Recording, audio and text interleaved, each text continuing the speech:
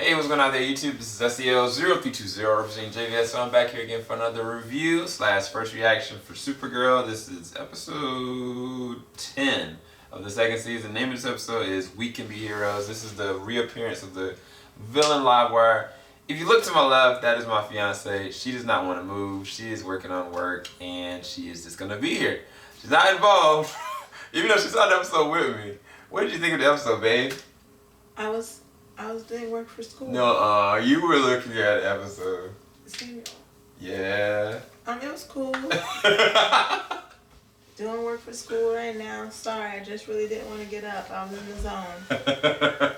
Next time I'll get up, I promise. But, no, it was an interesting episode. I think that I personally never really liked the character Livewire. I didn't like the way her eyes have been. I didn't like her pale white skin. I thought that they could really make Livewire a lot better. Wait, she was kind of cool though. No, I mean, wait, what in the world? Sorry. You said you were going. You said you were doing homework. Anyway, I didn't like her before. And I think I liked her more in this episode because there was some character development. Like, she changed from just this, maniacal and evil person to literally being, the victim in this situation. And I thought they did a really good job kind of like establishing her relationship with Kara. I think that they added too much emphasis on Kara being really like anxiety ridden and fearful. Oh, no, she was so extra. She was team too. She was just like trying to control everybody and she's all sad and governed by her emotions. I was like, come on guys, seriously, she's Superman's like cousin. I'm sure she's stronger than that physically and emotionally. Okay, I guess that's just about this review. I'm just gonna sit to the side like this. But no, actually, Alicia is very true. I think that the downside of this episode was this Kara and her emotions. Like when she finally was, working with everybody was working together. They worked better as a team. And the thing is that Jimmy and Mon-El, they are both heroes for two different reasons, and she can't wrap herself around it. I thought his name was James. Jimmy Olsen. Oh, but he's not James, he's Jimmy. That's interchangeable. Yeah. This is so fun. Anyway, James and Mon-El, they are heroes for two different reasons. James he has an understanding of selflessness and putting others before himself and a calling. And Mon-El is choosing to be a hero opposite from what his instinct is for self-preservation. Like he's really fighting for something. He's fighting for Kara. And it's like when they were working together, it made sense. The only reason why they're not all working together is because of Kara.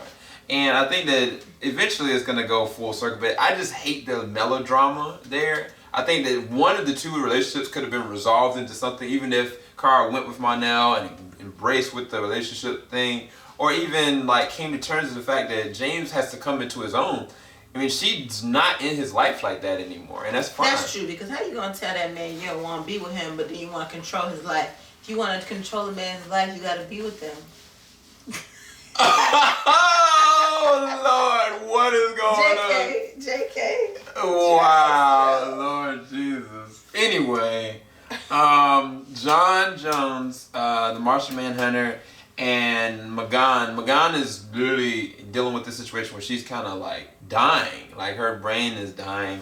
And he went in, well, initially he didn't want to go in at all. He wanted her just to die. He didn't care. And it's justified because of what happened with his family. All the white Martians played a hand in that role, even though Magan risked her own life, and he got changed almost into a white Martian. But long story short, he decided to do what was right and help her. And he got to really see the selfless nature that she had. And the reason why she's been so scared, not necessarily what she's done to his people, but what to her own. And I thought that was a really interesting twist. And I think that they're doing a really good job of adding her as the Miss Martian that she's going to ultimately be based on the comics. Because they could have went the route of like them being like relationally involved, but that's not how the comics go. So I'm really happy about that. And again, I think that the action beats were really dope when they really were fighting. Just to me, it's just Kara just being like, I don't know, man. She needs to just kind of get over herself, real talk. But I don't know. I give this episode maybe a 7.5 out of 10 because really because of Kara. Like, it's just unnecessary. But I think that the moments that everybody else were in it,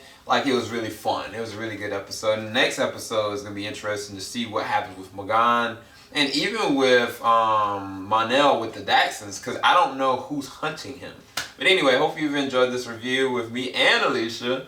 And keep it locked. JBS, we ain't gonna stop. Alright, love you guys. Peace.